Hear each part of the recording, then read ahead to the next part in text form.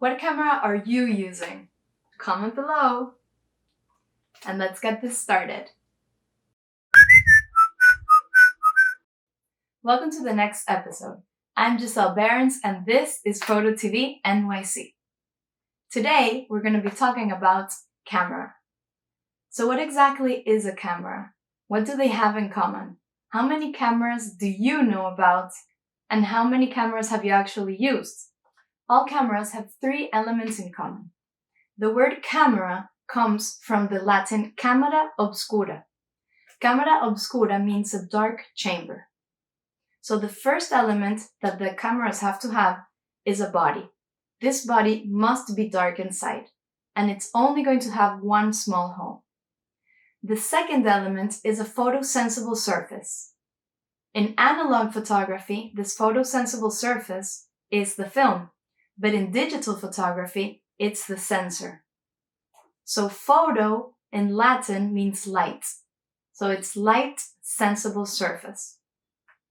The third element is the hole. This camera obscura is going to have a small hole through which the light goes in. And once it goes into this dark room, it's going to fall on the photosensible surface. At its very basic, a camera with the three elements that we just described is called a pinhole camera.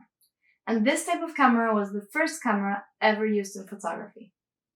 Now that we know which are the three basic elements that a camera needs to work, let's understand a little more the process of the light going in through the hole to the camera.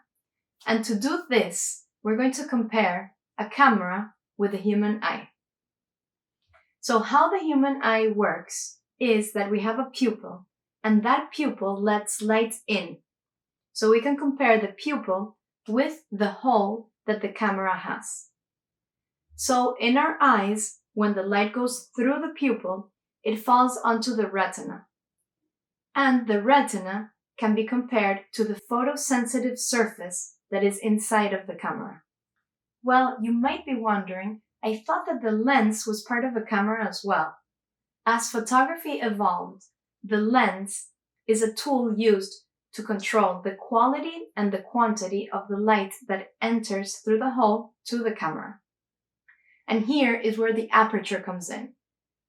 So the aperture can be compared to the pupil, in the sense that the pupil can open up as much as possible under low light circumstances to let the lights come in.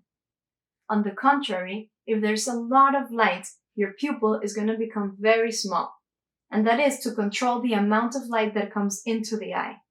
We're going to do exactly the same thing with the aperture. We're going to close up that aperture just to say, look, we don't want too much light to come in. Give me just a little bit. And that's going to give you control of the quantity of light that comes into the camera. Speed is how quickly you let light enter into the camera. So if you want to freeze a movement, you're going to do it very quick. It's going to be literally 1/500th of a second. If you want movement in your photos, like a moving waterfall or a running person, then you're going to want to slow down that speed. And you're going to go down to 1/60th of a second or less. Now, when you marry the aperture plus the speed, that's going to give you the exposure of your photograph. Now we know that a camera works in the same way as our eyes work. And I know that speed and aperture sound a little bit intimidating, but all you have to know is that they are two controls that we have over how light enters inside of the camera. So if you do want to learn a little bit more about aperture and speed, subscribe below on our YouTube channel and share this video with anybody you think that wants to become a better photographer. Thanks for joining and bye! See you on your next episode of Aperture and Speed.